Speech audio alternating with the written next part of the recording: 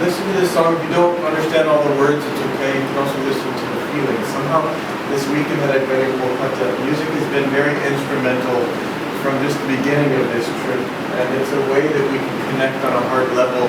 It transcends language and different barriers of cultures. And so, more than anything, feel the vibration of this particular song. Okay, so we're connected. All right. So,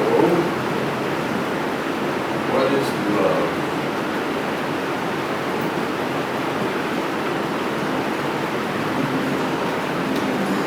What is love? Is it only ours? Or does love whisper in the flowers? Surely we children of this world could not love our own powers. What is joy? Is it just a dream? Or does joy lie in every street? On the clouds, mindless after all, or is the war nature's sleeping?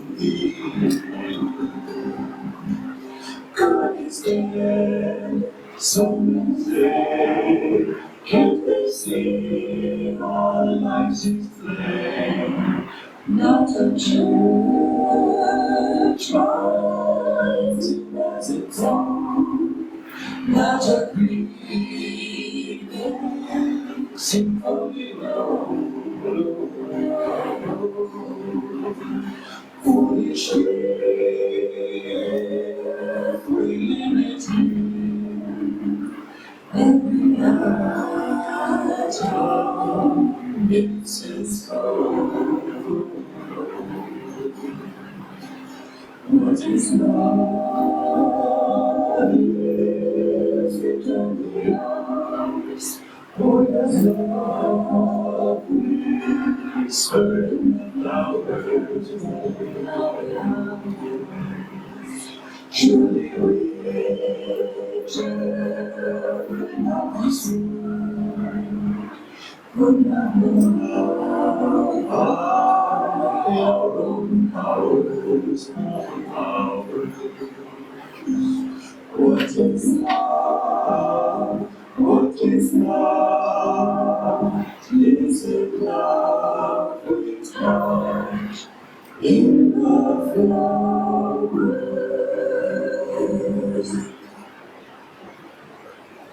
So just find that to be a very beautiful song. And before we can talk about how to be loved and how to love, that we have to first understand what is love. And this is something that each one of us, we can't read about it in a book necessarily and write discourse or write a paper on it for college or something like that. But love, on some level, is a very individual thing, that we each feel it in our own way. But on another level, that it is universal. And that, as this song told us, it's not ours. That it comes from a source from above, from somewhere else. But it is a great power. It is something that we can learn to feel, that we can learn to channel. And in fact, you can't live without love. That love is the essence of all of life. It's coursing through our veins right now. We're just not aware of it. And it's love that really binds the entire universe together. It is love that gives this universe power. Interestingly, that every scientific principle also has a spiritual principle that corresponds with it. And so we know, I think I don't remember my science very well, whether it's the first law of Newton or who the fellow was or what number it was, but that for every action there's an equal and opposite reaction. Well, in the spiritual world, this is the law of karma. And Swamiji said that the law of gravity corresponds to the law of love. And so certainly love has an attractive power, and certainly we need to learn how to use this power. Once I went into seclusion for quite a long time.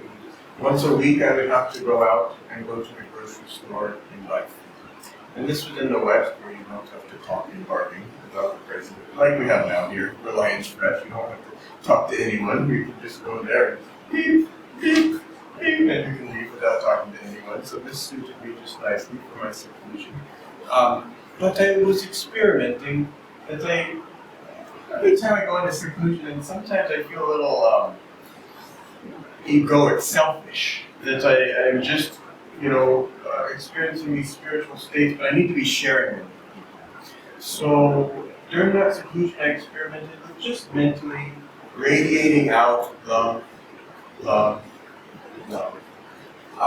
But I noticed that somehow that was starting to attract people to me, even though I wanted to be alone and I wasn't actually saying a word, just radiating this out mentally. And then I read this one which said, if you radiate out love, then it will attract people to yourself. But if you radiate out joy, it will become more impersonal. And there's a space for all of these different things. And later today we'll talk about impersonal love versus personal love. And we have to experience both in this world. But I began to realize that there is a subtle power, and with our mind and with certain vibrations, that love does have an attractive power. And we don't necessarily want to attract people to ourselves. Actually, the highest thing we're trying to attract people to is their own self. And what we're really trying to attract people to is joy. That if joy is an attractive power, and if love is an attractive power, and it's trying to attract something, the real purpose of love, what it really is trying to attract, is joy. Let me say that in an opposite way. That perfect love casts out all fear. And maybe that's in the Christian Bible, actually I have no idea. But I heard it in the West, but it's a principle that is certainly true. And it's a principle that all of our hearts, we crave that. That we want to live in perfect joy. We don't want to live in fear at all. That when we can really love perfectly, that then we won't have any fear. And you have to, it sounds nice, it sounds like a nice philosophy, but is it true? And does it work? And so then we must go into, again, what is love? And this means that if we are really loving everyone, we'll find that this world is a reflection of our own consciousness. And that people will find that they love us. Anilji hit the nail on the head with the whole topic of this thing. That if we give love, then automatically we receive it. But if we just are constantly thinking, what about me? and why does nobody love me, and oh poor me, then somehow this world's never loving us, and our heart, it will shrivel up. You know, on the spiritual path, that you're either going forward or you're going backwards. That you can't just kind of float and hang out. And it means that we have to keep expanding our heart. We have to keep expanding our capacity to love. In nature, a very real way of objectifying this principle that I just said. If you look at a tree, it's either going to be dying or it's going to be growing. But it's never just in a state of stasis. It's never still. It's one or the other. And so once we plant the spiritual seed, once we even decide that we want to experience more love in our life, then the onus, the responsibility is on us. But we have to continue to look for every opportunity. Where can I give love? Where can I give love? And this becomes more of a silent thing, the more and more spiritual that you give. It doesn't become. It doesn't mean that you have to go up to each person and give them a great big hug and slap them on the back and tell them forcefully, I love you, I love you. In fact, real love is actually a silent thing. When I first came to India, I was at a restaurant with a friend of mine named Krishna, and the waiter brought some food. I don't know what he brought. And I thank you, and this is a custom in America. Profusely, you just thank everybody for everything. And once Swami Kriyananda said thank you to Ananda Ma, and Ananda Ma said, would you thank your own mother? Meaning that it's just her duty to be serving her for her children, and that is almost as a little disrespectful because it's the mother's duty. And so anyway, this is just a difference of East and West, but I learned something that day. I said, but Krishna, I'm grateful that this man has served the food. I want to express that gratitude somehow. And Krishna said, in India, it's with the eyes. That you can look the man in the eyes and express your gratitude. That is good. That I like India. That there's something more subtle to gratitude. That there's something more subtle to love. That it doesn't always, if it is outward, actually, it's not the truest. If the truest love, it's quiet, it's silent. And it also radiates some aspect of truth. And that's the next thing that I want to talk about. That as we decide that we want to become more bigger and better channels of love, is we always need to make sure that love is guided by truth and not guided by emotion. Because our emotions, the beginning of that love, you start hearing the birds chirping and you start having all these wonderful feelings when you're in love. But those feelings can easily be misguided or misdirected. And then we need to, yes, experience those feelings. I'm not saying to shut down those feelings. We want to expand them and honor them and grow them. But at the same time, we must always be asking ourselves, is this particular feeling, is it true? It's not here today. But someone yesterday was wanting that we can develop our intuition and use it for any given thing that we want. That God wants us to all have prosperity, and there's nothing wrong with that. And in fact, what we're all learning through all of these different lessons is how to attune ourselves. So I was giving him advice to attune ourselves to truth on how he could do this. And I told him to start with small things. That first, we should meditate. And then after meditating, we should have a calm mind and a calm heart. And then we can ask God, the universe, however you want to think of it, a question and project it from here. And then we need to listen very sensitively and quietly in our heart. And I told this man that he should start with small things. Ask a little question of who's knocking on the door. And you say, oh, my mother, maybe it's my brother. And then you check. And if it's your brother, all right. And if you get good at this and you're checking and it seems to be right all the time, you'll learn how to listen to that little feeling. But if normally your brother knocks on the door every day at 11:30, your mind, your past experience, your restless heart will just think, oh yeah, I know. But you won't really be listening to truth, which is always ever new and always trying to tell you what's real and right at that moment. And so we have to use this power of love, but we have to make sure that it is properly guided. Now, another point on understanding and growing our love that we have all of these different human relationships, many different human relationships, as we go through life. Once, Sri Yukteswar Ji asked Paramahansa Yogananda, "Do you love people?" And Master thought, "I'm a monk, I'm a renunciate." He said, "No, I love only God. Only God I love." And Master, or Sri Yukteswar just kind of looked at him with a little bit disapproval, but of course they had the ability to communicate subtly, so he didn't jump up and down and say, "You're wrong, you're wrong." And then maybe years later, after Paramahansa Yogananda had been training with Sri Yukteswar, again Sri Yukteswar asked him, "Do you love people?" And this time, Master just smiled, and Sri Yukteswar smiled, and he knew that Master had understood. Now let me explain what Master had understood. He did love people, but what he really loved was God in people. And that's why only a smile would suffice. He couldn't say, "No, I don't love people," because yes, he does love people. But if he says, "Yes, I love people," it gets a little confusing that he only loves the outer person or the personality. And the personality will always be changing. And so we have to learn to see what's behind the personality. That Master also learned this lesson. His earthly mother passed away when he was young. And he cried and prayed, probably to Colin, but I'm not sure if it was that, but it was Divine Mother in some form.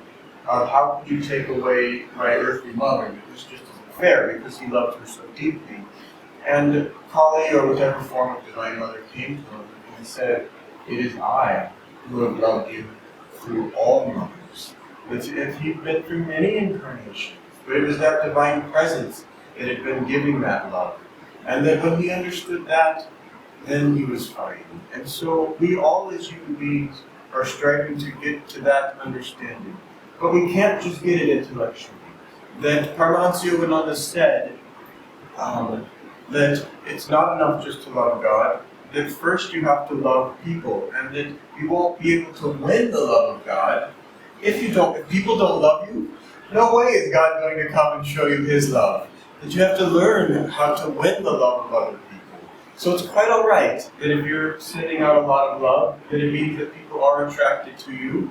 But be careful what you do with that. That then you've been given a divine task to not bring that love back to your little egoic self. And to constantly be taking that love and channeling up to something higher. To constantly be reminding everyone that you come in contact with that they are the divine. And that ultimately it's just God loving God. Once some devotees were helping Master in the car, and they said to him, "Oh Master, you're so kind to us." And he simply just said, "No, it's simply just God loving God." On another occasion, his legs, he was carrying some karma for some other souls, and he couldn't walk, and so the disciples were carrying him. And he said, "You carry my body, and I'll carry your souls." That it was a deal, you could say, but that was his job, to carry everybody's souls. And let's think about this quality of love. That he said that he would come back 1 trillion times if need be. Can you imagine 1 trillion incarnations? Once you already are free and you don't really have to come back, if that one person has pledged their love to you, maybe many incarnations ago, and that you say, "Okay, I'm willing to come back." People have no idea, everyone wants to be a guru. People have no idea what level of responsibility that actually is. To say, "Okay, probably maybe many people here have raised children, and no, that's quite a responsibility, that for at least the first 20, 25 years, you have such a responsibility to get these children on their own 2 feet, to be able to be functional in this world, and all of that." But then, as parents, you probably know that it goes on, even then, until the end of life, that those children will always look up to you, that you will be older, and that you always have the responsibility to guide them. But then imagine, that's just one lifetime. Imagine that you have that responsibility really for eternity. That once an intellectual professor asked Paramahansa Yogananda, "Is there any end to spiritual evolution?" Meaning we just keep working hard on spiritual path, meditating, finally I get there. And Master said, "No end. That you go on until you achieve endlessness."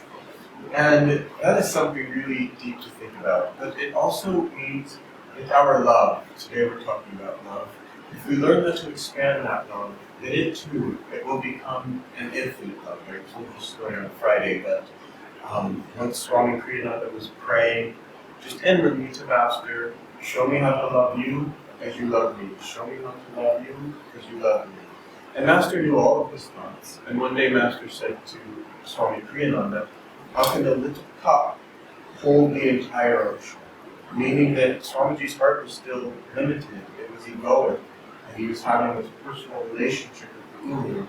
And the Guru was telling him, expand your consciousness and realize who I truly am, that Master wasn't that body. That he was an infinite consciousness that pervaded all things, all time and all space. And he was telling Swamiji, expand your consciousness so that you can feel. And that that's what true love wants to do, that it wants to expand out and reach the entire universe. This is another very important point. I might talk more about it later. But sexuality and true love are actually opposites. And couples that indulge too much in sexuality, somehow they're always fighting, and the love's never there. And couples who learn how to grow up, this is fine, everyone who starts off young is fine. But couples that learn how to grow up and not indulge too much in sexuality, that real love can blossom. Now what made me think of that? That there's 5 senses that when you learn meditation or learning how to control these 5 senses, the sense of touch is the hardest to control out of all 5. If there's a picture of Krishna driving the chariot with Arjuna there, and those 5 stallions represent the 5 senses, and that he has those reins, and that he's reining those in. But I always think of one of those stallions as just a bad one. That no matter how you whip it and you pull on those reins, that sense of touch, that it just wants to do whatever it wants to do. And you can think of that in meditation, that the hardest thing to do is make your body sit really, really still. I'm not saying I'm too hot or I'm too cold or this itches or my knee hurts or hold my back. That sense of touch is very hard to control. This is a very important point to think deeply about it. That once you do learn to control that sense of touch, and it's not going outward, that energy into the 5 senses, that you learn how to touch the entire universe from the inside out. That you become one with all of creation, but literally you can feel, you can touch, you can feel what it's like to be in every human being, you can feel what it's like to be in a flower or in a plant. And when you weigh those two of which one do I really want, and it's not just, of course, a choice of one or the other, it's which direction are we going in. But of course, that feeling of touching the entire universe from the inside out, that's much more thrilling, it's much more satisfying.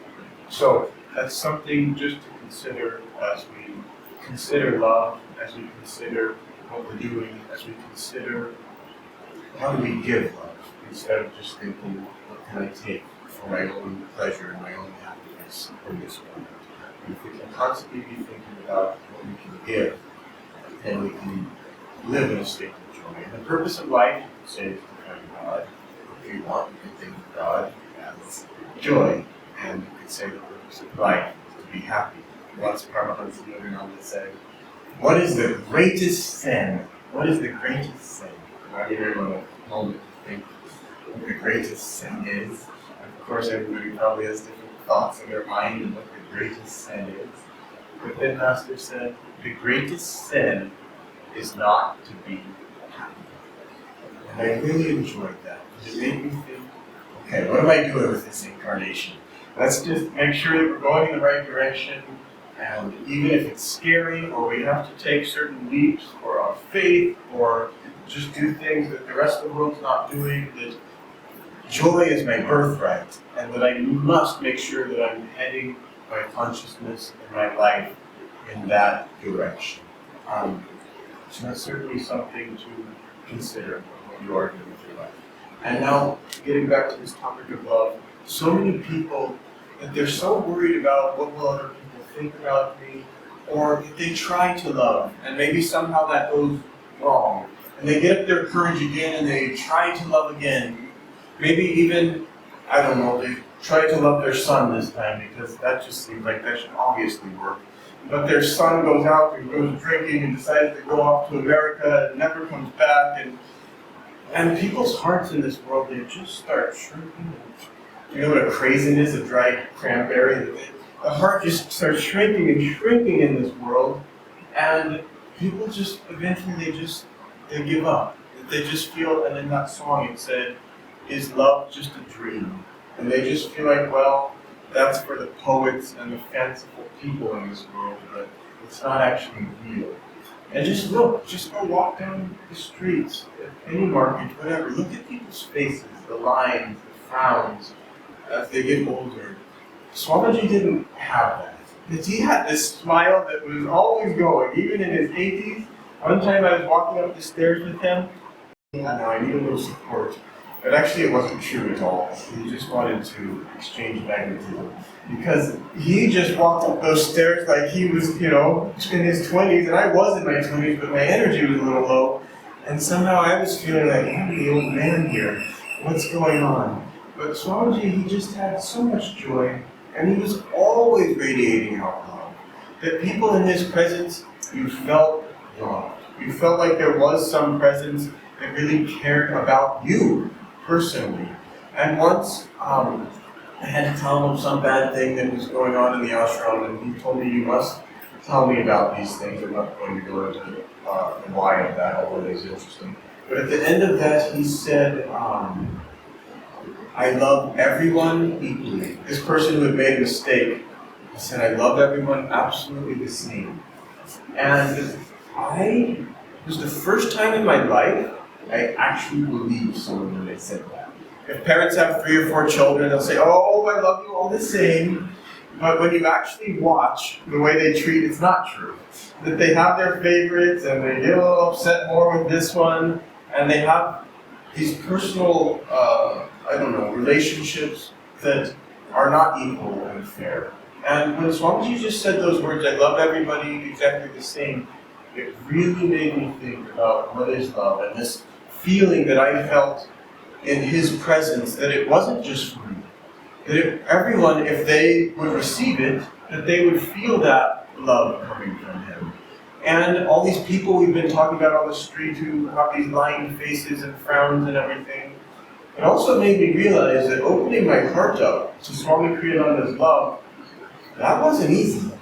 And it actually was pretty scary, because actually loving is scary. You think, okay, I'm going to give this much of myself to this person, but you're just waiting now. You know, when's the other shoe going to drop, or whatever the saying is, that then it's going to come back, and then I gave everything that I am to this person, and now my heart's broken, and there's hatred, and I feel sad again, and we close back up.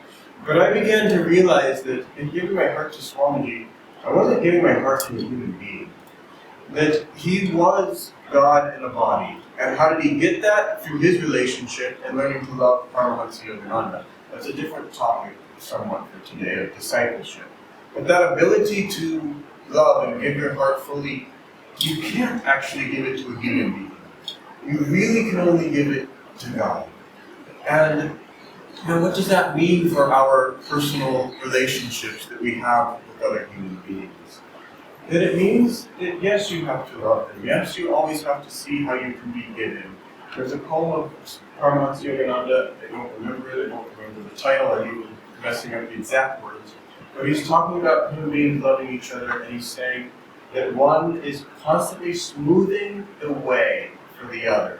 And then you can visualize that that person walks on that way that's been smooth, then he smooths the way, then she smooths the way, then he smooths the way.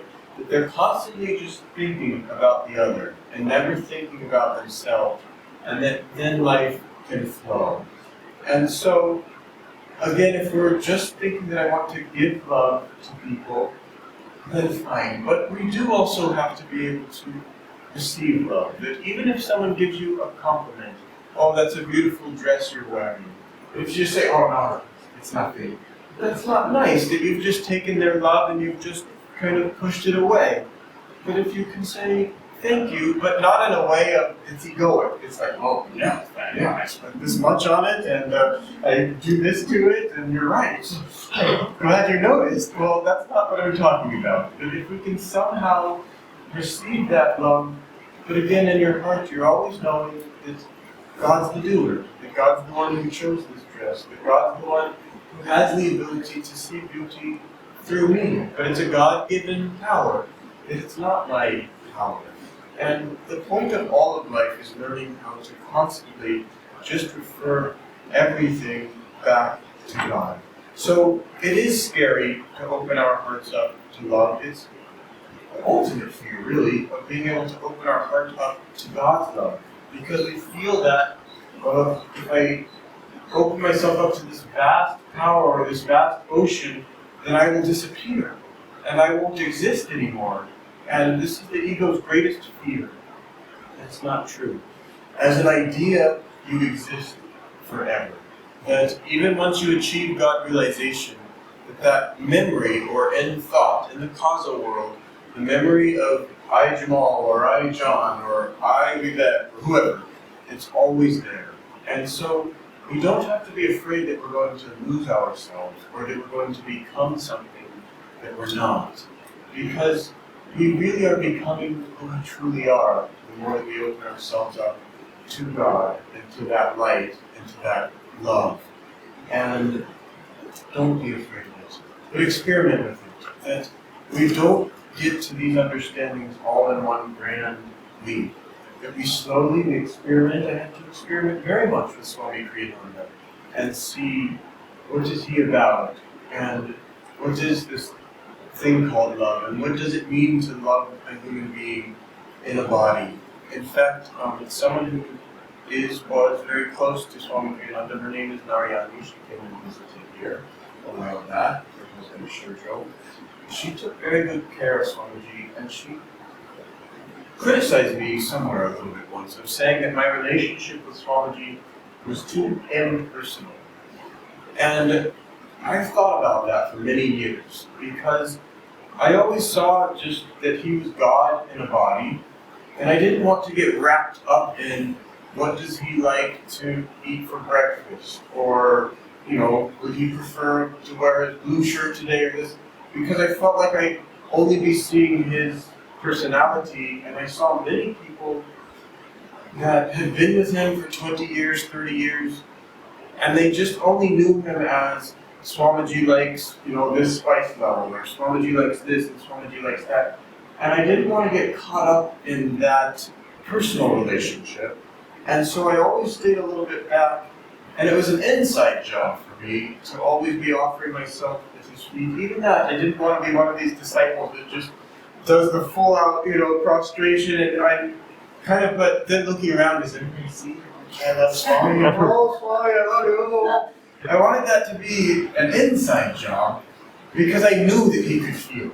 And I knew that he knew what was going on. This random story just popped in my head. But one time, this couple, Brahmachari and Dharmini, they're in Chennai now, they had some question for Swamiji. And they said, well, why don't we just pray to Swamiji and ask this question to him and get the answer. And again, it comes to that stilling the heart and listening. And when you have a true guru, you get to do that in person, which is very, very helpful. So they prayed, they listened, and they both asked, I felt that Swamiji wants us to take this decision. And they went, yes, I also feel. Okay. Then they said, but should we just write him an email just to make sure? And okay, so they write him an email. Swamiji writes back, you already received my answer in prayer. The Swamiji knew everything. And going back to this, it's terrifying to love. It's terrifying when somebody knows everything, when they know every thought that you've done, they know every mistake that you've done. I mean, sometimes I just felt like a worm in his presence, that my level of consciousness was just like moron. And I felt really scared for a while. Then I realized that yes, I'm down here. And that he's up here. It might take me many lifetimes to get to that level. But that it's his job to pull me up. And that he's not judging me as a normal human being, with, oh, you made this mistake, you always do this, you never do that. That he didn't see me as any habits that I have, any qualities that I have. That because he saw God everywhere, he only saw God within me too. And he was just trying to encourage that light, that principle, to have me understand that. So it took me a while to get to that point where I could open up to that and start to receive that he only wanted what was good for me. You know, there was a little intellectual thing that I went through once of thinking, Swamiji knows all of my thoughts, and I'm constantly praying to him all of the time, asking, for this and that, and please be with me. Aren't I like bothering him? Isn't he meant to? Oh gosh, just tune that guy out. I don't want to listen to it. He's always just bothering me. But so I asked this question to another saint that I know. He said, no, it's his job. You're not bothering him. This is what he's here to do. And that he can tune it out or tune it in as he needs to, but it's your job to keep thinking of him and asking for his guidance and grace all of the time. And so keep your mind, the goal of all of this is to keep your mind one-pointedly fixed on Krishna, or however you think of God, and to keep calling him. And you're not going to bother him in any way. And when we can get a one-pointed heart that really just loves that one aspect of God, whatever it may be, our mind will automatically become focused. It's one of the secrets of meditation. Just get in there, get into the heart. Just cast out all of those desires and get the heart very, very still and calm and one-pointedly fixed on any aspect of God that you understand. And then automatically your mind, that magnetism of attracting, you'll easily be able to fix your mind just on God. So back to Swamiji and this Narayani saying that my relationship was too impersonal. But I come to believe that she was correct. That it would have been nice also to be able to balance these two, of having a personal relationship and an impersonal relationship. Because God does take an interest. That's not the word I want to conveys even more than just passing interest. But God really cares about each of one of us deeply as an individual and every little thing that we're doing. And God wants to give us the next best thing for us. But we have to ask God. That we can't just push God away. And it becomes such a subtle thing. This is another point that I want to make today that's important. Is yesterday, someone came for a class, and she showed this thing that Swami Ananda wrote, and it's called The Way of the Ananda Swami. And when I first read that, I wanted to become a monk when I read that. I wanted to Ananda really embodies. But this lady, she came and she pointed out one thing, and it said that at Ananda we don't seek to convert anyone, anything, unless the only thing we could ever dream of converting anyone to is their own higher self and their own, more advanced self, their own love, but that's in their own way. And it's not like you have to do this and you have to do that. And the way really, if we want to change someone, is through example, is for us to change our own selves. That Gandhi said, be the change that you want to see in this world.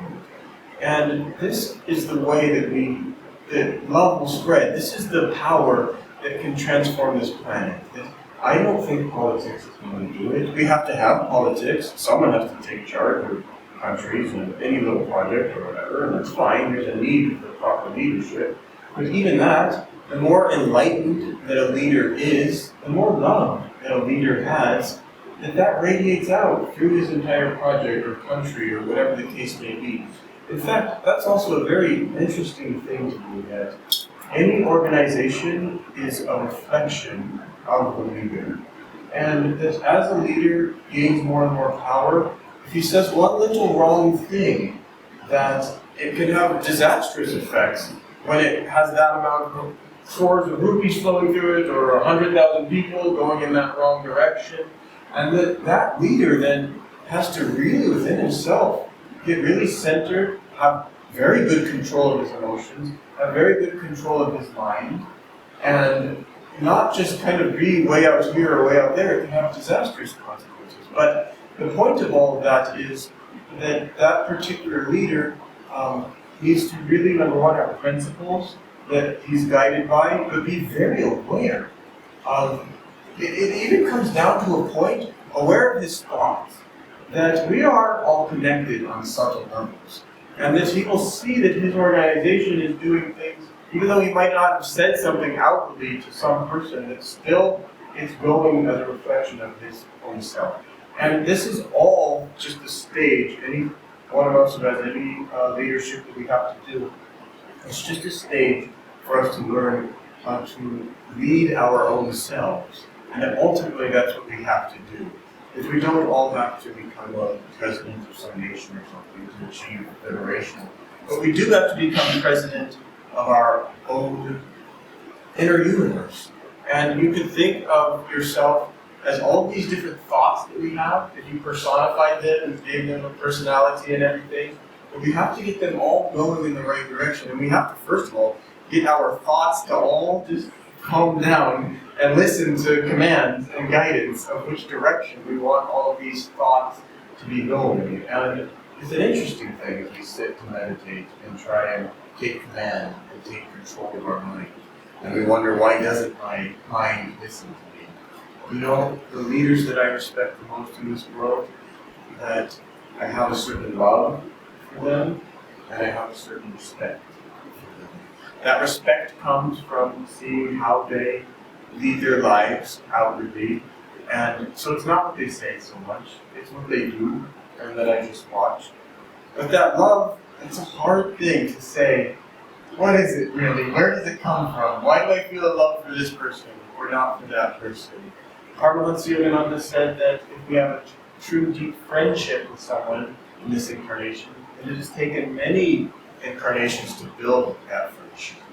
And so I'm sure it's the same with love, that if we have that deep love for someone, that we've already been building it for many incarnations.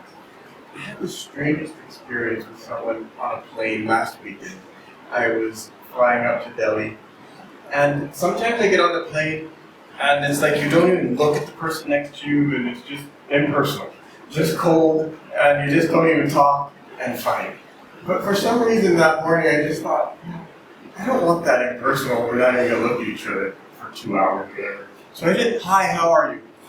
And that sparked something. This fellow, he was really loud and loved to talk, and he went on, and 2 hours, basically I just listened the whole time. And he was a little bit like vulgar, just, I don't know, using words that quite aren't appropriate, and this thing and that. But somehow, he had this heart quality. I just loved him anyways. Even though he was going on and saying these different things. You know, there's a saying that to he who loves much, much is forgiven. And this fellow, he just had so much love, he radiated it out that you couldn't help it. And I just keep thinking about him also all week. I just keep thinking about this fellow and what a good heart he had. Even though, yes, I could just start numbering his flaws, 1, 2, 3, 4. But you know, also, I've been thinking about this a lot lately, that, okay, all of this is a reflection of myself. But is it true sometimes that mentally a bad word floats through there, or that a bad thought or whatever? Yes. And this fellow, he's just like a personification of when I just let my mind run wild, and I can't judge him, then I need to judge myself, and learn how to control my mind even more. And then all I really can do is just love this fellow. And I felt that deep love. And when we feel love like that, it's because he also had love. That there was I don't know the word. It's that both of our hearts, they just help each other come up and up and up like that. And when we get in tune with one another, that you'll feel that, and you start to feel a love for everything, even though you're only cultivating, let's say, a love with one person, but it automatically radiates out. And so I think what Narayani was saying was that I didn't have to be afraid of loving Swamiji, even on a personal level. And she is an advanced soul. So I know that she wasn't saying that I shouldn't love impersonally also, but of course I had to use discrimination.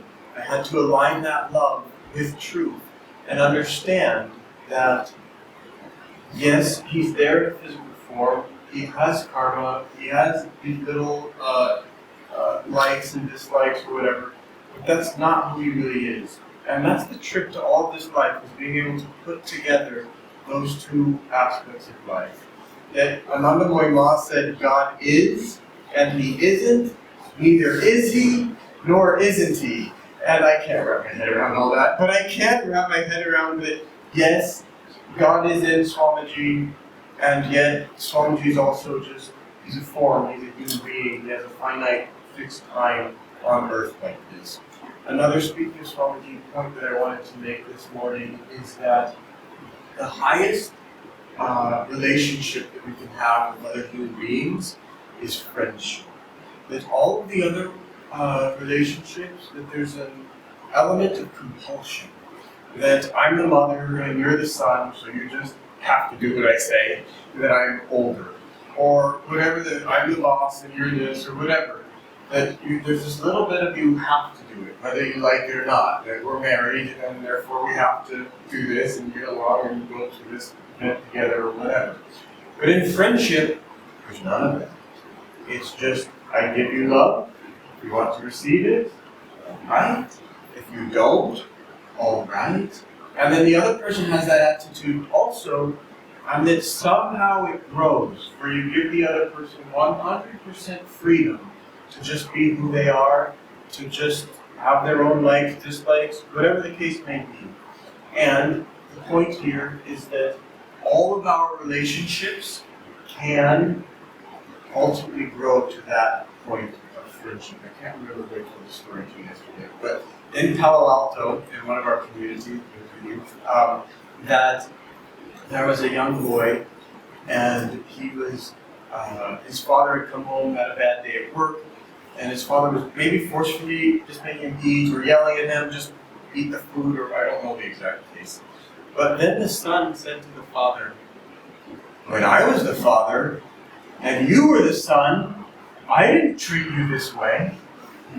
Sorry, it really made his head spin. Oh, is this true? Number one, and then, oh my God, and I should be nicer. And what made me think of that story was with my own earthly father, that he had a hard time when his son decided to become a monk and what's going on. It took us a long time to regain harmony in that relationship. But now we're just at a point where, yes, he's still my earthly father, and I give that respect, he always will. But on a deep heart level, that it just feels we're friends. That he did his duty to raise me and get me to as far as he could or whatever. And now we're just walking the path together, and we just help each other as friends. And I feel that level of relationship with him very deeply and very strong. That it almost feels like the two of us in some level that we've graduated.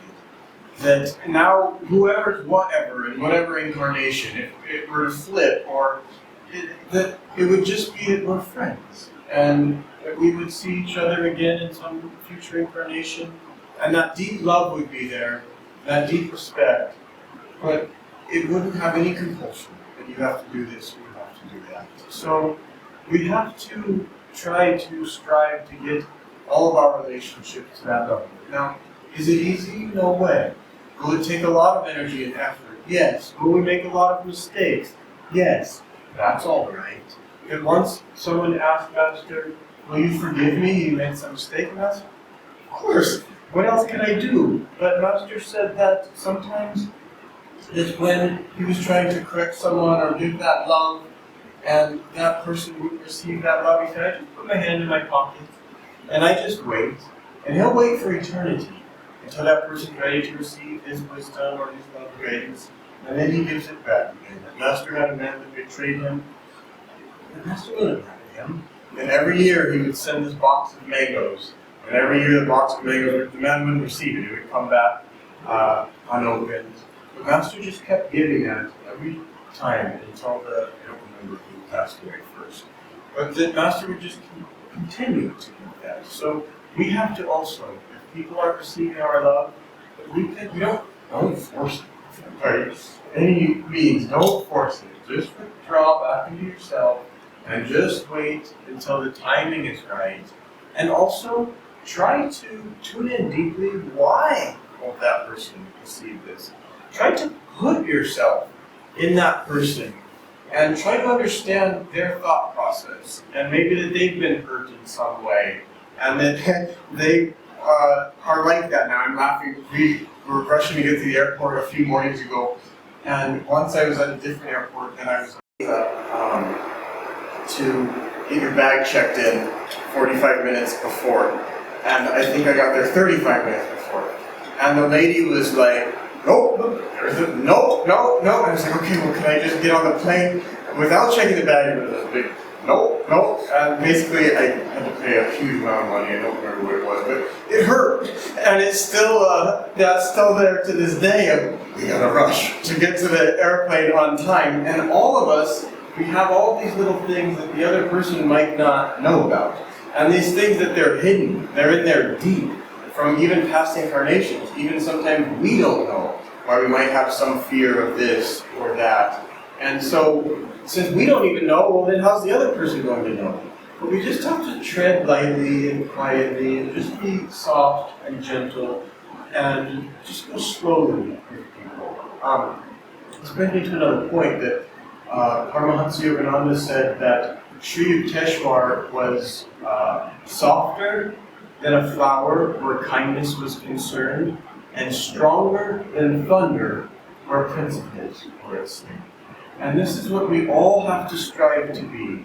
And sometimes we have to go to the dentist and get a cavity drilled and it hurts. But that's to make it so it doesn't get worse, even later on. And sometimes when you stand up for your principles, that it's going to hurt a little bit. But the thing for you to check is, does this hurt me on the inside? And maybe the other person's hurt, but you ask yourself, is this because I'm standing up for my principle and the other person in time is just going to understand? Or is it because there's a little bit of vengeance on the inside and I'm just pretending to myself, well, it's a principle. But really you know on the inside that it's just kind of hurt that other person. These are the very subtle things, the very subtle, that you have to go into yourself and ask. And it's not easy by any means. The more clarity you have on the inside, the more you can really listen to your own higher self, the more you can really listen to God, then you can begin to understand what is true. And so there will be painful experiences, but they won't touch you if you're in line with truth. Because you'll go within and you'll ask, did I do the right thing? Is God pleased with that decision or the way that I said this thing? And then you'll feel, and then you'll know. So, another point that I wanted to make was, I met a lady, I don't know, about a month ago, I don't know. She had cancer. And the doctor said, you might have 1 month to live. And in talking with her, it really made me think about, what if tomorrow the doctor told me I have 1 month to live? And we never know. I mean, she wasn't that old. And you think, what would I do differently right now today than if I knew I had 1 month to live? And I thought that if there was anyone who I had hurt, that I would call them and just apologize right away. Because I was the one who was wrong in that situation, and please forgive me. And that I would want the slate just to be 100% clear from my side. That even if they did something bad to me, that's the flip side. That right away, automatically, I would just forgive them. Because I wouldn't, number one, want to cross over onto the other side with all of that baggage and things that I knew that I'm going to have to work this out again next incarnation with this person. I want to just make it as clean as possible right now. And then I also thought that within that 1 month, I'd want to do whatever the highest actions possible that I could do to help other human beings. And I thought I'd want to be a channel for God and helping other people learn about God and talk about their own higher self. And it was a nice feeling because I kind of went through my life and thought, pretty much there, that I'm doing exactly what I want to be doing, of trying to help people understand who they truly are, understand about love, and I feel that in every human relationship that I have, that I've done the best job that I could do with that. And so these human relationships, they're a training ground for us to be able to love God in the proper way, and a training ground for us to ask ourselves, are we really, really honest? Have we aligned our lives with truth? And so as you go forward here, don't be afraid of love. Open your heart to love. Swamiji, I need to stop here soon, I think. But Swamiji used to say that he would smile at people first. And he'd walk down the street and smile. And I do this all the time. Some people don't frown. They smile at me more. Leave me alone, they're weird. But then other people, it just comes right back. And I don't mind the ones who frown or get weird or whatever, because I know that I'm just radiating out this. There's nothing that I want out of that smile even. It's not like I'm trying to send some subtle little message or something. All I'm doing is that there's God's joy everywhere, and I hope that you too feel that joy. That's all there is in it. And it's very pure. And so whatever comes back, but when sometimes it's like you light that little bit of joy up in the other person, and you see it come, and that brings so much joy, and this synergy comes, and that's what we're trying to do. But when it doesn't come back, it's all right. And sometimes I'll, double down and smile even bigger, and sometimes then it will come back. And if it doesn't, it's all right. But Swamiji said this was his practice also, and that by the end of his life, then suddenly he'd walk down the street. The world was just smiling at him, that everywhere he went. And so karma is there, and that we can put out this good karma, and even that, there's a subtlety to it. Think about, how are you smiling at people? Think about my friend Krishna in the restaurant with me wanting to thank the waiter. You can smile at people just with your eyes, and you don't even have to lift your eyebrows like I just did. Then it's a light in your eyes, it's joy, and then other people will see it, and they'll give that back. And you can give love even in those subtle ways. So don't be afraid of it. Give that love. And don't be afraid to open your heart even to other human beings. But understand that when you open your heart to those other human beings, what you're really opening it to is God. And God's light that's coming from them. And also don't be afraid, there's time to, it's that you close it outwardly. It's a hard thing to explain, but you close your heart outwardly. When my hair was first growing, it used to stand up on ends. And that people would tease me that I have these antennae and that I was feeling everything out. But there's a time that you withdraw your antenna, your psychic antennae, if that's the word, I don't know.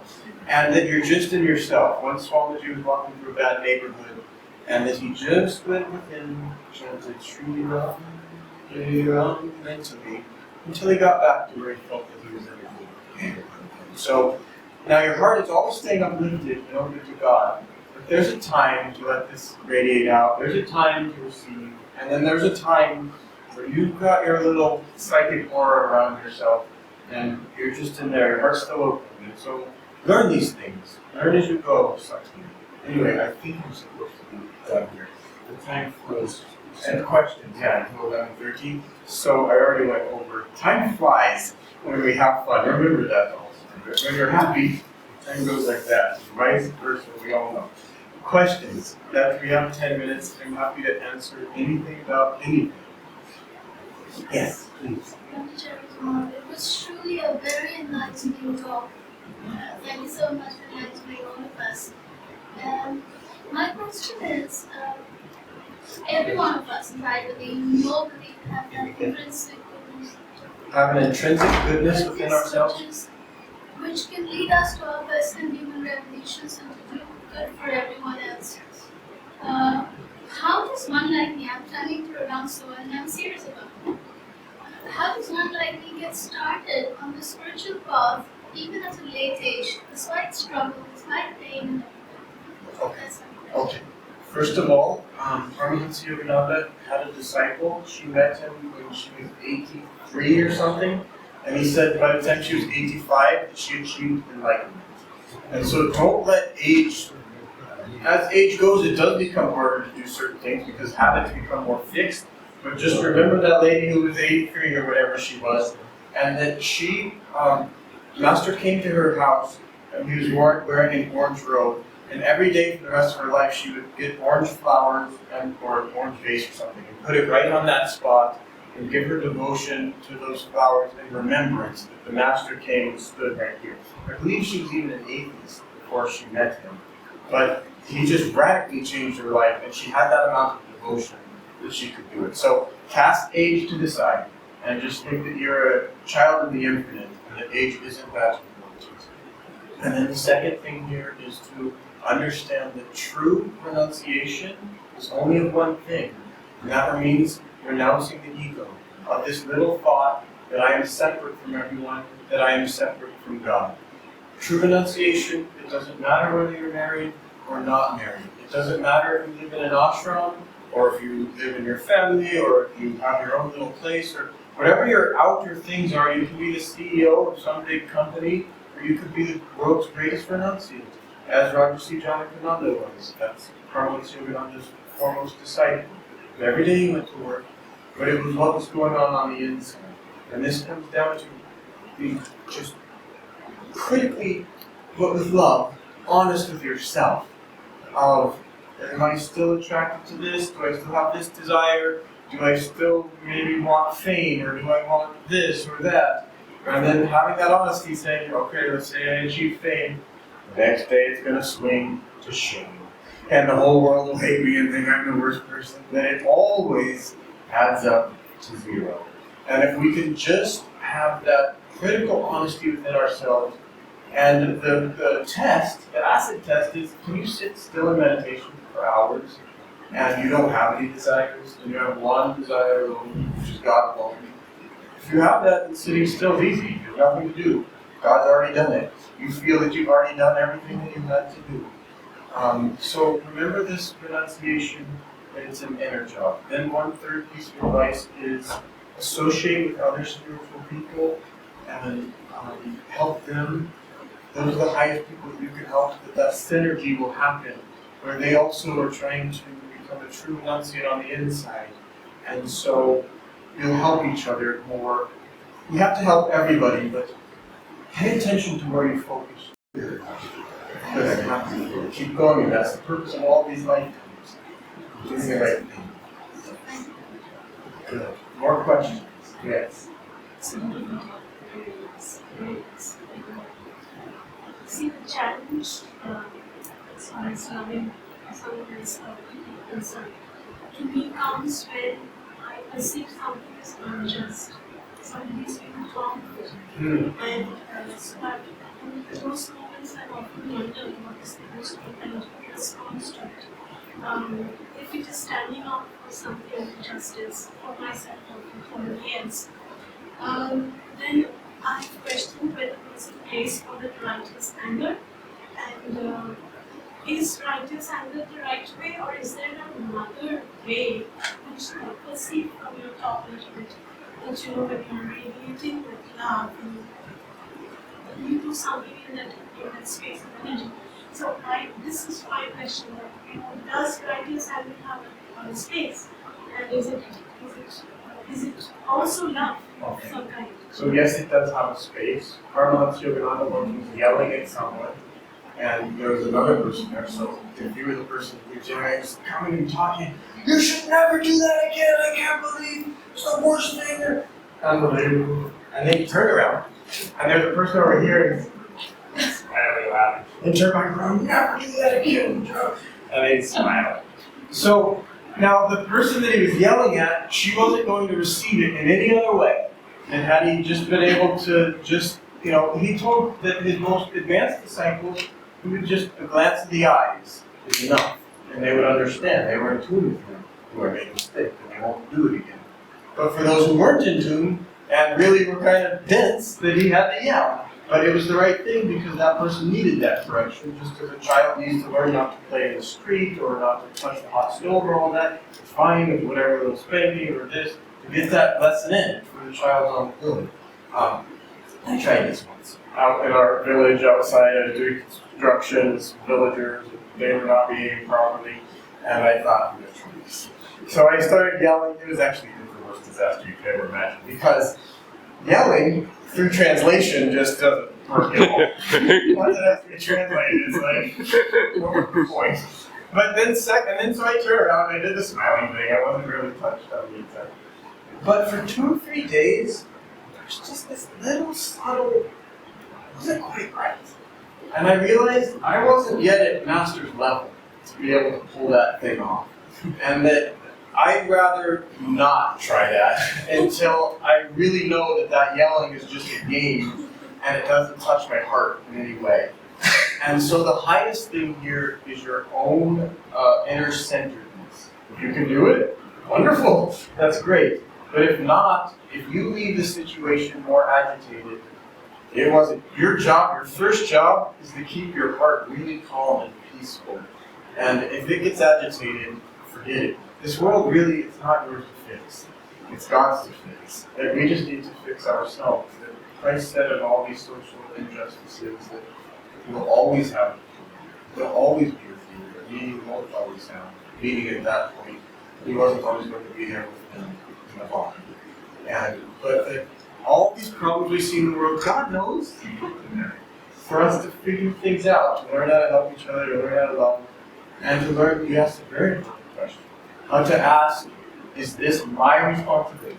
Sometimes it is. And for our own personal growth, we have to stand up for truth and have everybody yell at us and say the right thing or do the right thing. It won't be fun.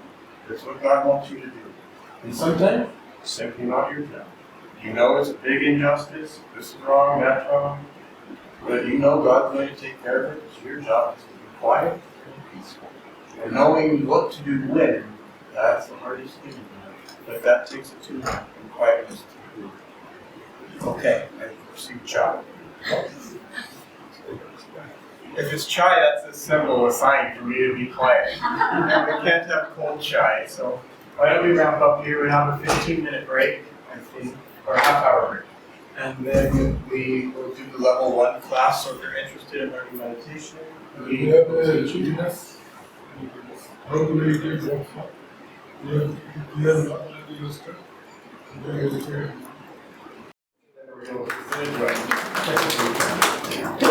And of course I'm here for more questions, but I can't hold people for chai.